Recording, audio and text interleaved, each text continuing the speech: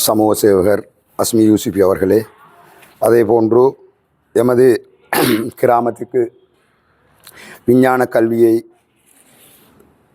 வளர்ச்சிக்காக பெடா நிறுவனத்தை உருவாக்கி அதன் மூலம் இன்று எமது சமூகத்தின் விஞ்ஞான கணித கல்வித்துறையிலே பாரியதொரு புரட்சியை உண்டாக்குவதற்கு காரணமாயிருந்த சகோதரர் டாக்டர் ஹாலிக், அதே போன்று எங்களுடைய ஆசான்களான முன்னாள் அதிபர்கள் வாதீன் சார், முபாரக் சார், அதே போன்று எங்களுடைய பாடசாலையின் பிரதி அதிபர்கள் கபீர் சார் மற்றும் அன்சியா மேடம், பாடசாலை அபிவிருத்தி சங்க செயலாளர் காதர் சார், பிரதேச சபை உறுப்பினர் சகோதரர் சமீக் உட்பட பழைய பாடசாலை அபிவிருத்தி சங்கம் மற்றும் பழைய மாணவர் சங்கம், டெட்ஸ் நிறுவனம், பெடா நிறுவனம் போன்றவற்றின் உறுப்பினர்கள், அதே போன்று இந்த பாடசாலையின் வளர்ச்சியிலே அக்கறையாக இருக்கின்ற எங்களுடைய பழைய மாணவ சகோதரர்கள் அனைவரையும் இன்முகத்தோடு அன்பாக வரவேற்றவனாக அனைவருக்கும் அஸ்ஸலாமு அலைக்கும் வரஹ்மத்துல்லாஹி வபரகாத்துஹு. எங்களுடைய பாடசாலையினுடைய கடந்த உயர்தர பரீட்சையின் பெறுபேறுகள் சம்பந்தமான விளக்கத்தை எங்களுடைய சகோதரர் சிரேஷ்ட பிரதி அதிபர் கபீர் சார் இது சம்பந்தமான விளக்கத்தை சொன்னார். இது தவிர என்னுடைய அனுமானமும் எதிர்வரக்கூடிய சாதாரண தர பரீட்சையினுடைய பெறுபேறும் நம்மை இதே போன்ற ஒரு கூட்டத்துக்கு இட்டு செல்லும் என்று செல்லக்கூடிய ஒரு எதிர்கூறலைத்தான் எனக்கு சொல்ல இருக்கு. இதுக்குள்ளே இந்த பாடசாலைக்குள்ளே வெளியே இருந்து வெளிநாட்டில் இருந்து வந்திருக்கிற டாக்டர் மட்டும்தான், டாக்டரும் அசீமோலையும் நீங்கள் 2 பேரும் தான் வெளிநாட்டில் இருந்து கூட வெக்கேஷன் வந்திருக்கிறார்கள். மற்ற எல்லாரும் நாங்கள் அந்த ஊருக்கு இருக்கிறார்கள்.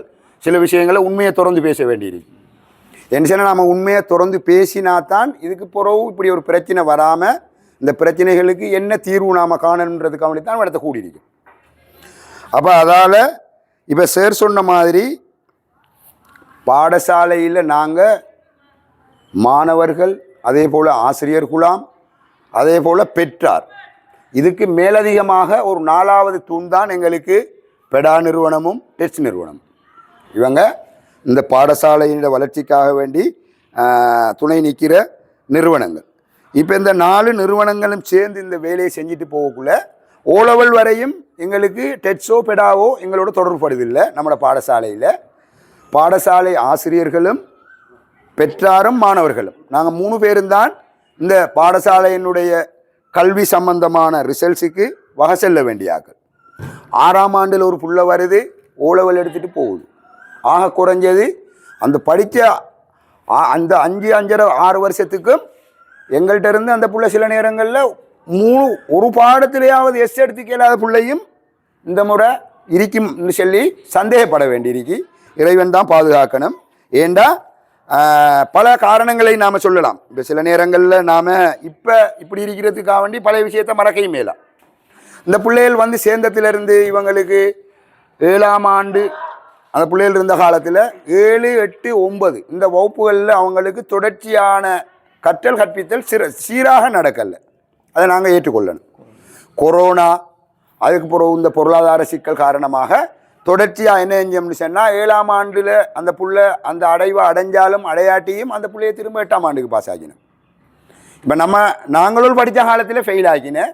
இப்போ நீங்கள் இந்த ஓல்ட் பாய்ஸாக வந்திருக்கிற உங்களோட காலங்களில் ஃபெயில் ஆக்கல, நாங்கள் படிக்கிற காலங்களில் ஃபெயில் ஆக்குறேன். இப்போ அப்படி ஆக்கையிலாயண்டா இதுக்கு நமக்கு ஒரு குறுக்க ஈக்கிறது தான் இந்த மனித உரிமை சம்பந்தமான இந்த பிரச்சனைகளும் இருக்கு. அப்போ 7ஆம் ஆண்டிலிருந்து 8ஆம் ஆண்டு இப்படி வந்து அந்த பிள்ளைகள் ஒரு இந்த அதுக்கு எப்படி சொல்கிறேன்னு சொல்லி தெரியா இருந்தாலும் முடியுமான வரையில் நாங்கள் அந்த பிள்ளைகளை அவங்களோட அணுகி ஆசிரியராக நண்பராக அவங்களோட எவ்வளவெல்லாம் செய்யலுமோ பேசி கதைச்சி அவங்கள நம்மளோட பாடசாலையின் ஆக குறைஞ்சது ஓலவல் எக்ஸாம் எழுதிட்டு அப்பையும் 1-2 பேர் நின்றுட்டான் எழுதாமல் ஓலவல் எழுதிட்டாவது போமனே நீ வெளிநாட்டுக்கு போய் ஏதாவது ஒரு வேலைக்கு போகக்குள்ள நான் ஓலவல் எடுத்திருக்கேன்டாவது உனக்கு செல்லும் ஒரு 2S-3S எடுக்கணும்னு சொல்லி அப்படியெல்லாம் பேசி ஒரு அளவுக்கு கொண்டு போனோம். அதில் அந்த பிள்ளைகள் சம்பந்தமாக நாங்கள் பிள்ளைகள் சம்பந்தமாக மட்டும் குறை செல்லலாம். ஏன்னா அந்த கடந்த காலங்கள் அடுத்தது வந்துட்டு பெற்றாரையும் நாங்கள் விழிப்புணர்வு ஊட்ட வேண்டிய தேவை கட்டாயம் இருக்கு. இதே மாதிரி நாம் அந்த சமூகத்துக்கு பெற்றாருக்கிட்ட இருக்கிற அந்த பொறுப்பை அவங்க நிறைவு செய்கிறதுக்காக வேண்டி அவங்கள நாங்கள் வழிப்படுத்த வேண்டியிருக்கு. அதே மாதிரி ஆசிரியர்களுக்கும் மோட்டிவேஷன் மாணவர்களோட நாங்கள் சில நேரங்களில் நாங்கள் நடந்து கொள்கிற விதங்கள் எல்லாம் சரியா, அப்படி இல்லைன்னு சொன்னால் அந்த பிள்ளைகளை நாங்கள் இன்னும் இதையும் தாண்டி அவங்கள அனுசரித்து அவங்கள அணைச்சி கொண்டு போகிறதுக்குரிய மனப்பாங்க ஆசிரியர்களுக்கு மூட்ட வேண்டிய. எல்லாரும் சாதாரண மனிதர்கள் தான். இப்போ வகுப்பறையில் வந்தால் எல்லாருக்கும் தெரியும், இந்த பாடசாலை வரலாற்றிலேயே கடந்த ஓலவல் எடுத்துகிட்டு போன பெச் தான் ஆக 100க்கும் மேற்பட்ட நான் வந்து இங்கே ஸ்கூலில் நான் வந்து சேரக்குள்ள நான் வந்த 2023 11ஆம் மாதம் வரக்குள்ள 120 பிள்ளையிலிருந்து குறைஞ்சி 108 அல்லது 9 பிள்ளைகள் தான் நான் மேடம் எக்ஸாமுக்கு போனிச்சேன்னா 108 பிள்ளைகள்லாம் எக்ஸாம் முடிஞ்சு அப்படியும் குறைஞ்சி அதில் ஒரு 10 பிள்ளைகள் குறைஞ்சிட்டு இடையில் நின்றுட்டு இடைவேளைகள். அப்போ இப்படி நின்றுட்டு போன பிள்ளைகள் அதுக்கு பிறகு இந்த அவங்க எக்ஸாம் எழுதினத்தில் ஆம்பளை பிள்ளைகள தொகை கூட பொம்பளை பிள்ளைகளை விட. இது வளமைக்கு மாற்றமான சில செயற்பாடுகள் வேண்டாம். இவ்வளோ காலமும் இப்போ எந்த வகுப்பு எடுத்து கொண்டாலும் ஒரு பிள்ளை சரி பொம்பளை பிள்ளை தான் அந்த வகுப்பில் கூட இருக்கிறேன். நாம் இது வரைக்கும் இருந்து வந்த காலங்களில் இப்போ ஆம்பளை பிள்ளைகள கூட அதுலேயும் இந்த மெல்ல கற்கிற வீதம் ஸ்லோவாக போகிற ஆக்கள்ற வீதாசாரம் கூட இருந்துச்சு. அவங்கள எப்படியெல்லாம் பிரித்து அவங்களுக்கு என்னென்ன எல்லாம் கைட் பண்ணலுமோ அதில் எங்களோட விளத்தை இல்லாட்டியும் ஜெசீல் சார் மறக்கேலா அவரால் முடியுமான முயற்சிகளை அவருக்கு தெரிஞ்ச வித்தியெல்லாம் காட்டி பார்த்தார். இந்த பிள்ளைகளுக்கு நைட்டில் சரி அடுப்பிச்சு நாங்கள் வந்து காய்ச்சிட்டு இருக்கிறேன், அவங்கள படிக்க வைக்கிறேன், அவர் மெட்ஸ் இங்கிலீஷ்னு சொல்லி எல்லாம் நாங்கள் செஞ்சு பார்த்தோம். எங்களால் முயற்சிகளை செஞ்சிருக்கோம். இப்போதைக்கு இருக்கிற நிலப்பாட்டில் பாடசாலையினுடைய இந்த வர இருக்கிற ரிசல்ட்ஸ், இந்த வந்த ரிசல்ட்ஸ், இது ரெண்டையும் வச்சு மட்டும் நாம் பாடசாலையை அளவீடு செய்யவும் இல்லை. அது உண்மையான அளவீடு இல்லை.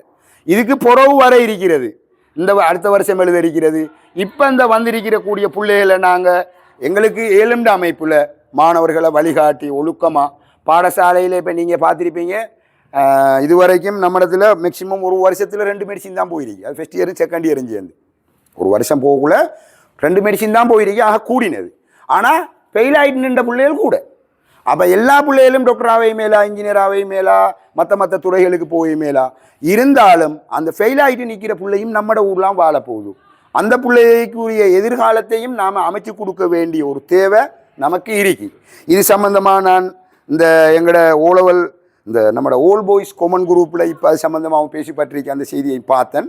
இன்ஷா அல்லாஹ் நாம் அந்த விஷயங்களை பேசக்குள்ள கண்டிப்பாக நாம் எந்தளவு விஞ்ஞான கணித ஏனைய பல்கலைக்கழகங்களுக்கு போகிற துறைகளுக்கு நாம் முயற்சிகள் செய்கிறோமோ அதே போல் இந்த ஓலவலில் ஃபெயில் ஆகிட்டு நிற்கிற பிள்ளைகள் சம்மந்தமாகவும் மஷூரா ஒன்று இன்றைக்கு நாம் பண்ணி அந்த பிள்ளைகள இந்த கட்டாய கல்வி, அதாவது திறன் அபிவிருத்தி மையம் போர்டை பார்த்துருப்போம், ஃபேடாகவும் போய்த்து. அப்போ இது இப்போ வந்து எவ்வளோ காலம், அப்போ இது எவ்வளத்தை நிற்கிது, இதுக்கு பிறகு இது என்ன செய்யணும் என்று சொன்னால் அந்த பிள்ளைகள்லாம் நமக்கு பிரச்சனைக்குரிய பிள்ளையாக வருவான் எதிர்காலத்தில். நாம் இவனை சரியாக கைட் பண்ணாமல் விட்டான். இது சம்மந்தமாகவும் நாம் இன்ஷா அல்லாஹ் இந்த கூட்டத்தில் கலந்தாலோசித்து நல்ல தீர்மானங்களை எடுத்து அந்த பிள்ளைகளுக்குரிய எதிர்காலத்தை அமைச்சு கொடுக்கறதுக்கு எல்லாரும் இந்த கூட்டத்தை சிறப்பான முறையில் அமைத்துக்கொள்ள இறைவன் அனைவருக்கும் துணை புரிய வேண்டும் என கேட்டு முடிக்கிறேன். நன்றி, வஸ்ஸலாம்.